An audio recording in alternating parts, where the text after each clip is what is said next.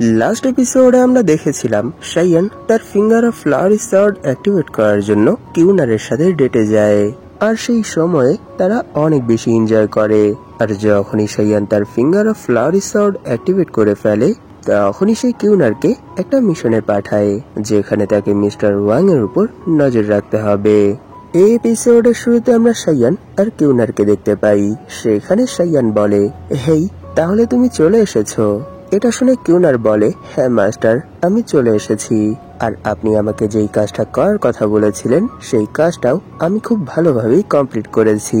আপনার সেই লেটার মোতাবেক মিস্টার ওয়াং চ্যান হুয়ানের যতগুলো সাপোর্টার ছিল তাদের সবাইকে হারিয়ে দিয়েছে, আর এই কাজটা আমরা অনেক স্মুথলি করেছি।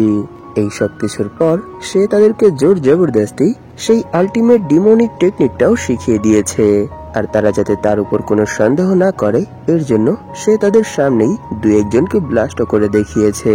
আরো কিছু সময় যদি এভাবেই সবকিছু কন্টিনিউ হয়, তাহলে চ্যান হুয়ানের আন্ডারে যতগুলো পার্সন আছে তারা সবাই তাকে ছেড়ে মিস্টার ওয়াং এর মানে আপনার আন্ডারে চলে আসবে।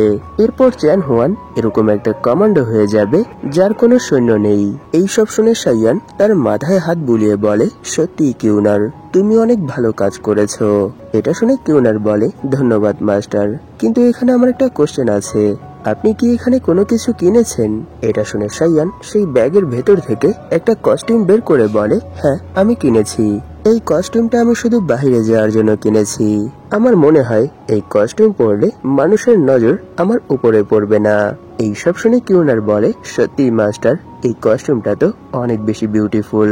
এটা শুনে শাইয়ান ভাবছিল, সত্য বলতে কি আমার কাছে সেই পরিমাণে অরিজিন পয়েন্ট নেই যেটা ইউজ করে আমি আমার ফিঙ্গার অফ ফ্লাওয়ারি সর্ড এই স্কিলটাকে লেভেল 4 এ নিয়ে যেতে পারবো। আর এরই সাথে আমায় তো সেই ডিমোনিক স্কিলটাকেও আনলক করতে হবে, তাই আমার এখন আর ঘরে বসে থাকলে হবে না, আমায় বাহিরে যেয়ে আমার অরিজিন পয়েন্টের জন্য কিছু তো একটা করতে হবে। এইসব ভেবে সে সেই কস্টিউম দেখে বলে, সত্যি এটা আমার কাছেও অনেক বেশি বিউটিফুল লাগছে। এটা বলে সে এখানে ভাবছিল, সত্য বলতে কি মিস্টার ওয়াং চ্যান হুয়ানকে এটাই বলেছে যে সে আমাকে অনেক বেশি হিউমিলেট করেছে, আর এরই সাথে আমার অবস্থাও অনেক বেশি খারাপ করে ফেলেছে। এরই জন্য আমায় নিজেকে হাইড করে রাখতে হবে, কারণ আমি যদি বাহিরে যাই তাহলে মানুষের নজর আমার উপর চলে আসবে, আর এভাবেই চলতে থাকলে আমি খুব দ্রুতই টিভিতে চলে আসব। আর যদি খবরের কাগজে অথবা টেলিভিশনে সে আমাকে এভাবেই ফ্রিলি ঘোরাঘুরি করতে দেখে, তাহলে নিশ্চয়ই সে মিস্টার ওয়াং এর উপর সন্দেহ করতে শুরু করবে। এই কারণেই কোনো ঝামেলা করার আগে নিজেকে ছদ্মবেশে রাখাটাই সব থেকে বেশি উত্তম। আমি এই দুদিন ঘরে বসেই আমার অরিজিন পয়েন্টের উপর কাজ করেছি, কিন্তু আমি কোনোভাবেই আমার অরিজিন পয়েন্ট একটুও বাড়াতে পারিনি। এর কারণ চ্যান হুয়ানের সেই স্কিল। আমি জানি যদি আমি কস্টিউম অথবা নিজের রূপও বদলে যাই, এরপরও সবাই আমাকে দেখে ঘৃণা করবে, আর এটাকেই আমি কাজে লাগাবো আমার অরিজিন পয়েন্টে। আর যখনই আমি অরিজিন পয়েন্ট পাবো, তখনই আমি সেই অরিজিন পয়েন্ট গুলো দিয়ে নতুন কোনো স্কিলকে মাস্টার করে ফেলবো। সত্যি এটা অনেক ভালো একটা আইডিয়া। তখনই সিন শিফট হয়, আর আমরা শাইয়ানকে অনেক বড় একটা বিল্ডিং এর রুফটপে দাঁড়িয়ে থাকতে দেখতে পাই। সে বলে, আমি জানি না এখানে যে মানুষরা ঘোরাঘুরি করছে তারা কি একটা বিউটিফুল বাগ দেখে অনেক বেশি খুশি হবে নাকি অনেক বেশি রেগে যাবে। আমি শুধু এখন এখানে তাদের রিয়াকশন দেখতে চাই।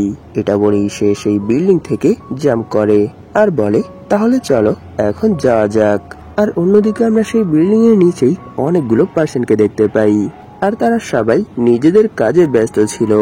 আর এর পরের মোমেন্টই আমরা সেখানে একটা বাচ্চার পেছনে অনেক বড় একটা ব্লাস্ট দেখতে পাই। এটা দেখে সেই ছেলেটাও অনেক বেশি শক হয়ে যায় আর বলে, কি পড়লো? এটা কি কোনো উল্কাপিণ্ড ছিল? তখনই তারা সবাই সেই ব্লাস্টের দিকে তাকিয়ে এক এক করে কমেন্ট করতে শুরু করে, এখানে কে পড়লো? তাকে দেখে তো একটা মানুষ মনে হচ্ছে। আর পাশ থেকে আরো একজন বলে, সে অনেক উপর থেকে পড়েছে, নিশ্চয়ই সে মরে গেছে, কিন্তু এটা আমাদের কোনো ফল্ট না, এটা তার নিজেরই ফল্ট। আর পাশ থেকে আরো একজন বলে, আমি জানি না এরকম মানুষদেরকে খোলা কেন ছাড়া হয়েছে, তাদেরকে তো জেলে বন্দি করে ফেলা দরকার, কারণ তাদের মতো মানুষের জন্য সাধারণ মানুষের প্রপার্টি নষ্ট হয়। তাই সে এখানে মরে গেছে নাকি বেঁচে আছে এতে আমার কোনো কিছুই যায় আসে না। আর যখনই সেখানের সব ধোঁয়া সরে যায়, তখনই আমরা সেখানে সাইয়ানকে সেই কস্টিউমে দেখতে পাই। সে এক পোজ নিয়ে বলে, হাই, তোমরা কেমন আছো? তাকে দেখে সেখানে সবাই অনেক বেশি রেগে যায় আর এক এক করে বলতে শুরু করে, দেখো দেখো, এখানে কোথা না কোথা থেকে এত বিকৃত একটা বাঘ চলে এসেছে। সে এখানে আমাদের পার্সোনাল লাইফের মধ্যে বিঘ্ন ঘটিয়েছে, তাই তাকে তো এখানে মারতেই হবে। তাকে সবাই মিলে ক্রাশ করে ফেলো। আর কিছু পার্সন একসাথে বলতে শুরু করে, চলো এই বিকৃত বাঘ, এর মানে যে এখানে ডিজাস্টার নিয়ে এসেছে, তাকে আমরা সবাই মিলে ততক্ষণ পর্যন্ত মারি যতক্ষণ পর্যন্ত সে এখানে মরে যাবে না। এটা বলেই তারা সবাই সাইয়ানের পেছনে দৌড়তে শুরু করে। আর এরই সাথে তারা তাদের আশেপাশের যত মানুষ আছে তাদের সবাইকেও জড়ো করতে শুরু করে আর বলে, চলো আমরা সবাই মিলে এই বিকৃত বাঘটাকে মেরে ফেলি। তখনই সিন শিফট হয় আর আমরা একটা বেঞ্চের মধ্যে 3জন পার্সনকে দেখতে পাই। তাদের মধ্যেই একজন ফোন দেখিয়ে বলছিল, দেখো একটা বিকৃত পার্সন একটা বাঘের কস্টিউম পরে এদিক ওদিক ঘোরাঘুরি করছে।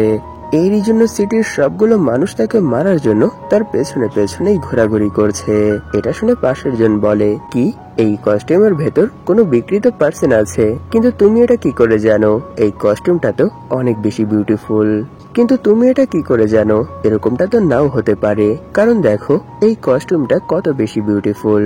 এটা শুনে পাশ থেকে আরেকজন বলে, না না, এটাও হতে পারে না, নিশ্চয়ই এটা কোনো একটা রুমার। তারা যখন এই সব কিছু বলছিল তখনই তাদের সামনে অনেক স্পিডে সেই বাঘের কস্টিউমে সাইয়ান চলে আসে।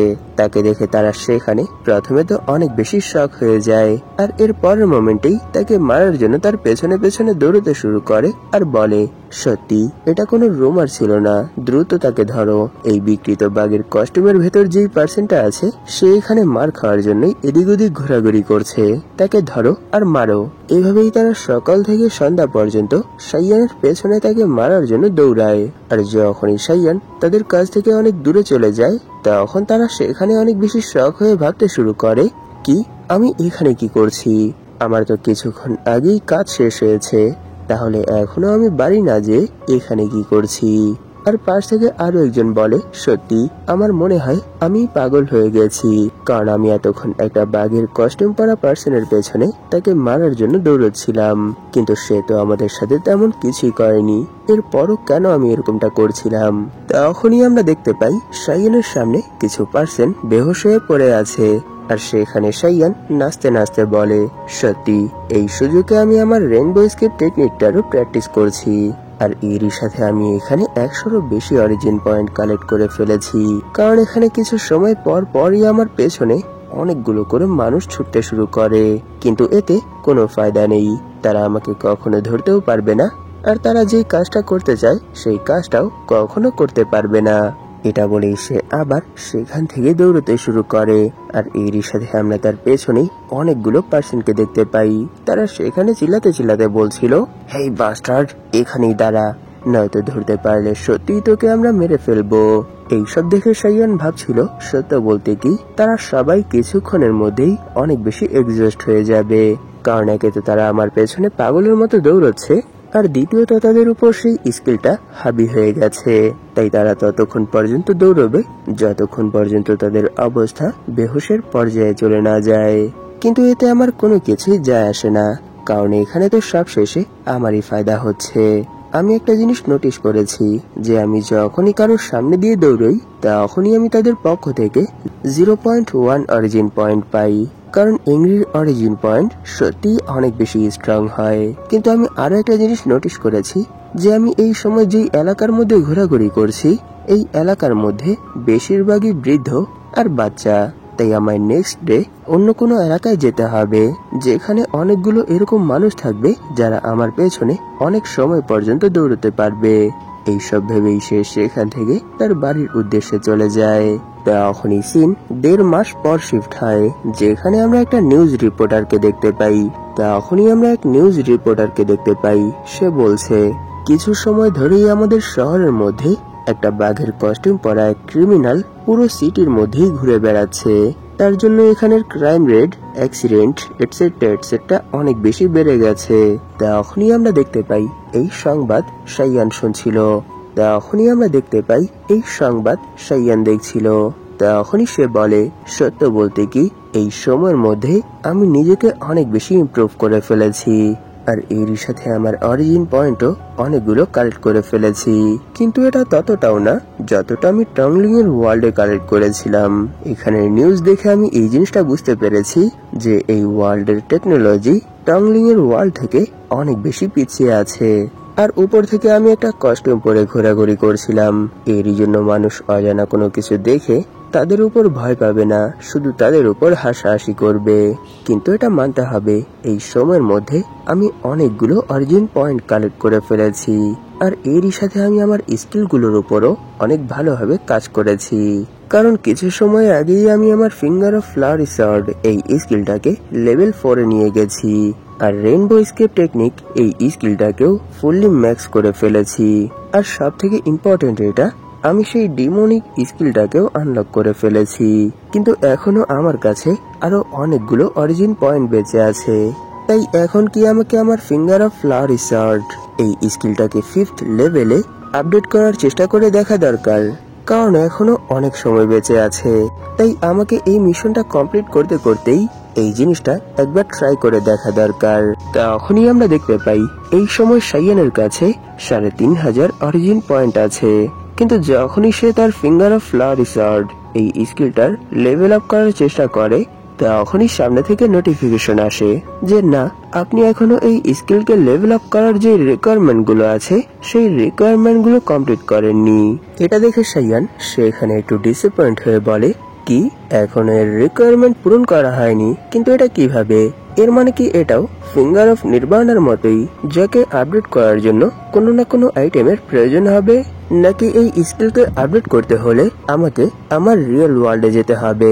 এই সব কিছু বাদ দেই, কারণ আমি জানি এই অরিজিন পয়েন্ট ইউজ করে আমি কখনোই আমার ফিঙ্গার অফ নির্বাণাকে আপডেট করতে পারবো না। তাই এখন আমার লাস্ট অপশন সেই ডিমোনিক টেকনিক। তাই এখন আমায় এখানে সেই ডিমোনিক টেকনিকের উপরই কন্ট্রোল আনতে হবে। এটা ভেবেই সে সিস্টেমে সেই টেকনিক ওপেন করে, আর এরই সাথে সে তার 3000 অরিজিন পয়েন্ট ইউজ করে সেই টেকনিকটাকে ওপেন করে ফেলে। তখনই তার সামনে একটা নোটিফিকেশন আসে, যেখানে এই স্কিল সম্পর্কে সবকিছুই লেখা ছিল, যে মানব জাতির মধ্যে 8টা ডিজায়ার থাকে, আর এই 8টা ডিজায়ারই একটা জাতিকে ধ্বংস করার জন্য যথেষ্ট, যদি কেউ সেই ডিজায়ার গুলোকে খারাপ ভাবে ইউজ করে। আর এই স্কিলের সাহায্যে আপনি মানুষের সেই ডিজায়ার গুলোকেই কন্ট্রোল করতে পারবেন। এরকম ডিসক্রিপশন দেখে সাইয়ান সেখানে অনেক বেশি শক হয়ে বলে, ও সত্যি এই স্কিলটা তো অনেক বেশি ইভিল, কারণ এই স্কিলটা ইউজ করে যে কোনো পার্সন পুরো একটা জাতিকেই ডিস্ট্রয় করতে পারে। কিন্তু এখন আর কি করার, যেহেতু আমি এই স্কিলটা শিখেই ফেলেছি, তাই এখন আমার এই জিনিসটা দেখা দরকার যে আমার কাছে যেই 500 অরিজিন পয়েন্ট আছে সেই অরিজিন পয়েন্ট ইউজ করে আমি এই স্কিলটাকে কত লেভেলে আপডেট করতে পারি। এটা বলে সে যখনই আপডেট করার চেষ্টা করে, তখনই তার সামনে নোটিফিকেশন আসে যে আপনি এখন এই স্কিলটাকে আপডেট করতে পারবেন না, কারণ আপনার উপরই এই স্কিলটা কাস্ট করা আছে। যদি এরপরও আপনি ফোর্সফুলি এই স্কিলটাকে আপডেট করতে চান, তাহলে এই স্কিলের সাইড ইফেক্ট আপনার উপর চলে আসবে, আর এরই সাথে আপনি যদি সেই ইফেক্ট সরাতে চান, তাহলেও আপনাকে অনেকগুলো অরিজিন পয়েন্ট ইউজ করতে হবে। এইসব দেখে সাইয়ান সেখানে অনেক বেশি ডিসঅ্যাপয়েন্ট হয়ে যায় আর বলে, ধত্তেরি, আমি এটা জানতাম না যে এই স্কিলটা ইউজ করার জন্য এতগুলো বিষয়ের উপর লক্ষ্য রাখতে হবে। সত্যি এই স্কিলটা তো অনেক বেশি ট্রিকি। এটা বলেই সে সেখানে অনেক স্যাড এক ফেস বানিয়ে বলে, যত যাই হোক, আমাকে এই স্কিলের ইফেক্ট শেষ করতেই হবে, কারণ আমি যদি কোনোভাবে এই স্কিলের ইফেক্ট নিয়েই আমার রিয়েল ওয়ার্ল্ডে চলে যাই, তাহলে এটা আমার জন্য অনেক বেশি ডেঞ্জারাস হয়ে দাঁড়াবে, কারণ সেই ওয়ার্ল্ডে আমার জন্য লিউ কিংমি অপেক্ষা করছে। আর সে যদি আমার উপর এই ওয়ার্ল্ডের মানুষদের মতো রেগে যায়, তাহলে আমি তাকে কোনোভাবেই ব্লক করতে পারবো না, সে নিমিষের মধ্যেই আমাকে শেষ করে দেবে। তাই আমায় নিজের জীবন বাঁচানোর জন্য কিছু অরিজিন পয়েন্টের স্যাক্রিফাইস তো করতেই হবে। এটা বলেই সে এর জন্য এগ্রি হয়ে যায়, আর এর পরের মোমেন্টই আমরা দেখতে পারি সে এই স্কিলটাকে লেভেল 1 এ নিয়ে গেছে, আর এতেই তার 200 অরিজিন পয়েন্ট খরচ হয়ে গেছে। সত্যি এখন শুধু আমার কাছে 300 অরিজিন পয়েন্ট আছে। এর মানে কি এই 300 অরিজিন পয়েন্ট ইউজ করে আমি আর এই স্কিলকে লেভেল 2 তে নিয়ে যেতে পারবো না? কোনো সমস্যা নেই, আমি যেহেতু সেই স্কিলটাকে এখন নিজের আন্ডারে নিয়ে নিয়েছি, তাই এখন আমি আমার উপর থেকে সেই স্কিলের ইফেক্ট খুব সহজেই সরাতেও পারবো আর নিজের উপর আনতেও পারবো। কিন্তু এখনো আমি চ্যান হুয়ানের মতো এই স্কিলটাকে কন্ট্রোল করতে পারছি না, কারণ সে এই স্কিলটাকে শুধু নিজের উপরই না অন্যের উপরও কাস্ট করতে পারে। কিন্তু কোনো সমস্যা নেই, যেহেতু আমি আমার উপর থেকে এই স্কিলের ইফেক্ট সরিয়ে দিয়েছি, তাই এখন আমি খুব সহজেই এই স্কিলটাকে ধীরে ধীরে মাস্টার করতে পারবো। আর এই স্কিলের সব থেকে বড় অ্যাডভান্টেজ এটা যে এই স্কিলটাকে এক জায়গায় বসে কাল্টিভেট করার কোনো দরকার নেই। এই স্কিলটা তত বেশি আপডেট হবে যত বেশি আমি মানুষকে রাগাবো অথবা মানুষের প্রতি সেই আর্ট ডিজায়ারের কোনো একটা ডিজায়ারকে জাগিয়ে দেব। এখনো এই ওয়ার্ল্ডে আমার আরো 1 মাস সময় বেঁচে আছে, তাই আমার মতে নেক্সট অরিজিন পয়েন্ট কালেক্ট করার জন্য যখন আমি যাব তখন আমি আর ছদ্মবেশে যাব না, তখন আমি নরমালি সবার সামনে যাব আর এরই সাথে সবাইকে নিজের দিকে আকৃষ্ট করব, কারণ আমার এই মিশনের আর বেশি সময় বেঁচে নেই। আর উপর থেকে এই ওয়ার্ল্ডে আমায় যাকে মারতে বলা হয়েছে তাকেও তো নিজের দিকে আকৃষ্ট করতে হবে। এভাবেই আমি এক তীরে 2 শিকার করে ফেলবো। তখনই সিন শিফট হয় আর আমরা মিস্টার ওয়াংকে চ্যান হুয়ানের সামনে দেখতে পাই। সে তাকে রিপোর্ট করছে যে আমি কিছু সময় যাবত জি ফ্যামিলিকে অনেক খারাপ ভাবে টর্চার করে এসেছি, এরই জন্য তারা এই সময় না জানে কোথায় লুকিয়ে আছে, তাদেরকে আমরা কোনোভাবেই খুঁজে বের করতে পারছি না। এইসব শুনে চ্যান হুয়ান সেখানে অনেক বেশি রেগে বলে, ওয়াং তিয়ান, আমার মনে হয় তোমার সাথে অনেক বড় একটা স্ক্যাম হয়েছে। এটা বলেই সে সেখানে তার গার্ডকে বলে, হেই, আমি জানি না যে তুমি কোথা থেকে জি ফ্যামিলিকে খুঁজে বের করবে, তোমায় যে করেই হোক তাদেরকে খুঁজে বের করতেই হবে, বিশেষ করে শাইয়ানকে। এই সব শুনে তার গার্ড বলে, মাস্টার, আমার ইনফরমেশন মোতাবেক শাইয়ান এই সময় এই সিটির মধ্যেই আছে, কারণ আমি যতটুকু জানতে পেরেছি যে সে এই সিটির চারপাশে ঘোরাঘুরি করছে। এটা শুনে চ্যান হুয়ান সেখানে অনেক বেশি শক হয়ে বলে, কি, সে এই সিটির মধ্যে ঘোরাঘুরি করছে? তখন তার গার্ড বলে, হ্যাঁ মাস্টার, সে এই সিটির মধ্যেই ঘোরাঘুরি করছে। তার কর্মকাণ্ডগুলো দেখে তো মনে হচ্ছে না যে সে নিজেকে হাইড করার চেষ্টাও করছে, সে তো নিজেকে সবার সামনে এমন ভাবে প্রদর্শন করে বেড়াচ্ছে যেটা দেখে মনেই হচ্ছে না যে সে কোনো রকমের ভয়ে আছে অথবা সে এই সময় কোনো রকমের টেনশনে আছে। তখনই সিন এই সিটিরই একটা প্লেসের উপর শিফট হয়, যেখানে আমরা শাইয়ানকে রাস্তার মাঝখানেই কোনো একটা কিছুর উপর রাস্তা ব্লক করে বসে থাকতে দেখতে পাই। আর তাকে এরকমটা করতে দেখে সেখানে অনেকগুলো মানুষ জড়ো হয়ে যায় আর তারা সবাই এক এক করে বলতে শুরু করে, দেখো, সে এখানে রাস্তা ব্লক করে রাস্তার মাঝখানে বসে আছে, তার কি মনে হয় না সে এখানে এই কাজটা করে আমাদের এই সিটির মাঝখানেই ট্রাফিক জ্যাম লাগিয়ে দিয়েছে? কিন্তু কি করব, আমরা তো কোনোভাবেই সামনের দিকে এগোতে পারছি না, না জানি এরকমটা আমাদের সাথে কেন হচ্ছে। তখনই সিন শাইয়ানদের উপর চলে আসে, যেখানে কিউনার বলছে, মাস্টার, যদি আপনি সত্যি রোদ পোহাতে চান তাহলে কি আপনার মনে হয় না এরকম কোনো প্লেসে যাওয়া দরকার যেই প্লেসে মানুষ কম থাকবে? কিন্তু আপনি এটা কেমন প্লেসে করছেন? এটা তো দেখতেই কত বেশি অদ্ভুত মনে হচ্ছে। এই সব শুনে শাইয়ান বলে, হ্যাঁ, এটা একটু অদ্ভুত তো মনে হবেই, কারণ তুমিও নিশ্চয়ই এই জিনিসটা দেখেছো যে তারা কিছুদিন যাবত আমাকে মারার জন্য আমার পেছনে অনেক বেশি ঘোরাঘুরি করেছে, কিন্তু তারা কোনোভাবেই আমাকে ধরতেও পারেনি আর কিছু করতেও পারেনি। এরই জন্য তো আমি এখানে বসে আছি, যাতে করে আমি আবার সেই ফিলিংস ফিল করতে পারি। আর সব থেকে ইম্পর্টেন্ট বিষয় এটা যে আমি এখানে শুধুই আসিনি, আমি এখানে কার জন্য অপেক্ষা করছি। এরই জন্য তো আমি এখানে এরকম একটা তামাশা ক্রিয়েট করেছি, যাতে করে সেই বাস্টার্ড নিজে থেকেই আমার কাছে চলে আসে। আর এর পরের মোমেন্টেই সে তার চশমা উঠিয়ে বলে, ও, তাহলে তুমি চলে এসেছো, সত্যি অনেক সময় পর আবার আমাদের দেখা হচ্ছে চ্যান হুয়ান। তখনই আমরা সেখানে চ্যান হুয়ানকে দেখতে পাই, সে সেখানে ফুল অ্যাটিটিউডের সাথে বলে, ও, সত্যিই আমাদের অনেকদিন পর দেখা হচ্ছে। আর আমি এই জিনিসটা দেখে অবাক হয়ে গেছি যে আমার দেওয়া সেই উপহারটা তুমি এভাবে এনজয় করছো। এটা শুনে শাইয়ান বলে, কি হলো, তুমি এইসব কি আলতু ফালতু কথা বলছো? এই সব কিছুই তো তুমি করেছো, তুমি নিজেকে সবার সামনে সুপিরিয়র শো করেছো, আর তুমি যাদেরকে ঘৃণা করো তাদেরকে তুমি সবার নজরে খারাপ করে দিয়েছো। তাহলে তোমার কেন এটা মনে হচ্ছে যে এই সব কিছুই আমার ভুল? এইসব শুনে চ্যান হুয়ান সেখানে অনেক বেশি রেগে যায় আর বলে, সত্যি তুমি এখানে অনেক আলতু ফালতু কথা বলছো, অনেক হয়েছে, এখন আর আমি তোমার সাথে কোনো গেম খেলতে চাই না।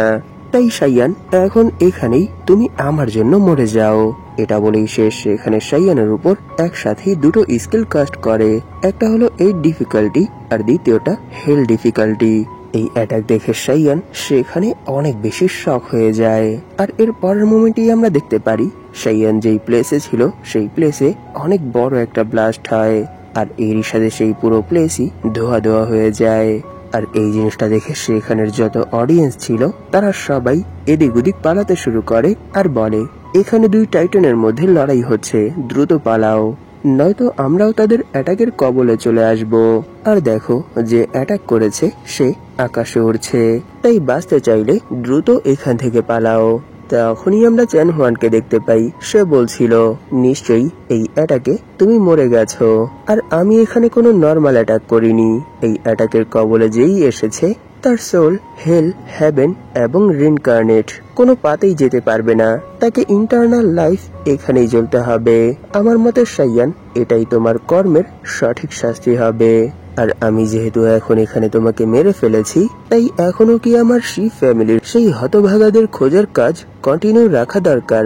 সে যখন এইসব কিছু বলছিল তখনই আমরা তার পাশ কেটেই জিগজ্যাগ মোডে রেইনবো দেখতে পাই। আর এর পরের মোমেন্টে সে সেখানে সাইয়ানকে দেখতে পায়। তাকে দেখে সে সেখানে অনেক বেশি শক হয়ে বলে, কি সাইয়ান, তুমি এখনো এখানে কি করে বেঁচে আছো?